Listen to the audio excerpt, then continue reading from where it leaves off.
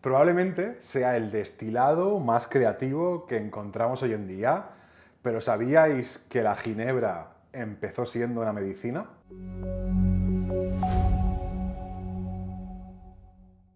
Vamos a conocer bien de qué se trata este destilado, por qué es tan famoso y hoy en día forma parte de los cócteles más consumidos en el mundo. Digamos que es uno de los tragos con más historia de entre todos los destilados. Tenemos que empezar hablando del enebro, el botánico que tiene ese amargor tan característico. En el siglo XVII, en Holanda, un médico decidió preparar este destilado con enebro debido a sus propiedades digestivas diuréticas, para usarlo como medicina. Precisamente el nombre de ginebra deriva de Genever, que quiere decir enebro. A raíz de ahí, esa medicina pasa de estar en las farmacias a cada vez más encontrarse en las tabernas. De hecho, tanto es así que los ingleses, por allá del siglo XVI y XVII, descubrieron el Genever y durante las guerras lo llegaron a llamar el Dutch Courage, la valentía, el coraje holandés. Empezaron a abreviar el nombre y lo convirtieron en el gin, el famoso gin que conocemos hoy. Lo que sucedió es que esa ginebra, esa bebida que tomaban los soldados en la guerra, empezó a consumirse de forma masiva por toda la población. Tanto que hubo un fenómeno llamado el gin craze. La ginebra era tan accesible que se convirtió realmente en un problema social estructural. Fijaos si hablamos de brutalidad en las cifras, que se estima que un londinés medio podía llegar a consumir 50 litros de ginebra al año. Londres se llenó de destilerías ilegales.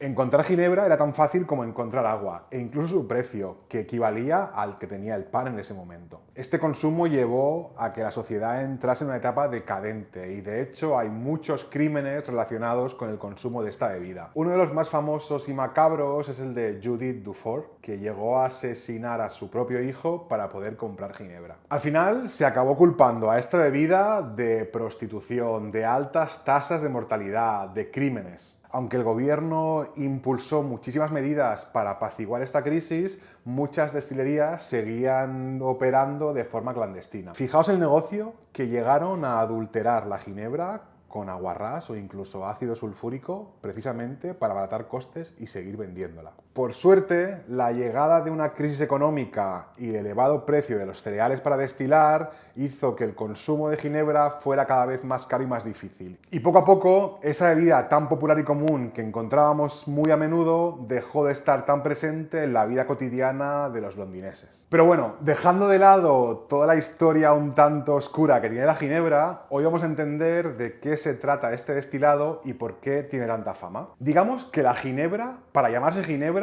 tiene que tener una cosa clara, que es estar aromatizada con enebro. El destilado base puede estar elaborado de diferentes formas, pero principalmente lo hacemos a base de frutas o trigo, cereales, grano. Aquí en Europa, como mínimo, lo vamos a encontrar con 37,5 grados de alcohol. En Estados Unidos, por ejemplo, requieren que el mínimo sea 40 grados. Teniendo en cuenta que podemos llamarlo ginebra a ese destilado con enebro, podemos ir añadiendo capas de sabor y aromas a este destilado para aumentar su complejidad y encontrar los diferentes estilos de ginebra que hay en el mercado. Si vemos la palabra gin a secas, es la categoría más amplia, más genérica. Aquí solo estamos hablando de un destilado aromatizado con enebro y poco más. No se requieren otros aromáticos ni hay normativas tan estrictas para su elaboración. En el siguiente escalón encontraríamos el gin destilado, distilled gin. Este de aquí sí que requiere que todos los botánicos y el enebro que añadamos se añadan antes de una segunda destilación. Es decir, que se redestile esta bebida con los botánicos ya incorporados. Eso sí, después de la segunda destilación se le pueden añadir otros aromáticos e incluso colorantes para obtener el resultado final. Y por último, la categoría más prestigiosa y que seguro muchos conoceréis, la London Dry Gin. El London Dry Gin debe elaborarse exclusivamente por redestilación, es decir, tiene que haber una segunda destilación con los botánicos y el enebro para aportar todos sus aromas. No se le puede añadir nada después de eso. Se permite añadir agua a la elaboración una vez terminada y una pequeñísima cantidad de azúcar si la receta lo requiere. Es decir, lo que buscamos en la London Dry es precisamente que sea seca, que no sea perceptible ningún punto de dulzor en ella. Digamos que es el estilo estándar más reconocido y el que más se usa en coctelería. A partir de aquí encontramos muchas zonas y lugares que elaboran su propia ginebra y cada vez más personal, en función de los botánicos que utilicemos o el método de destilación. De hecho, hoy hemos traído un surtido de diferentes ginebras para que podáis ver sus diferencias. Hemos visto que la London Dry es la más famosa, pero esto no termina aquí. De hecho, en Reino Unido encontramos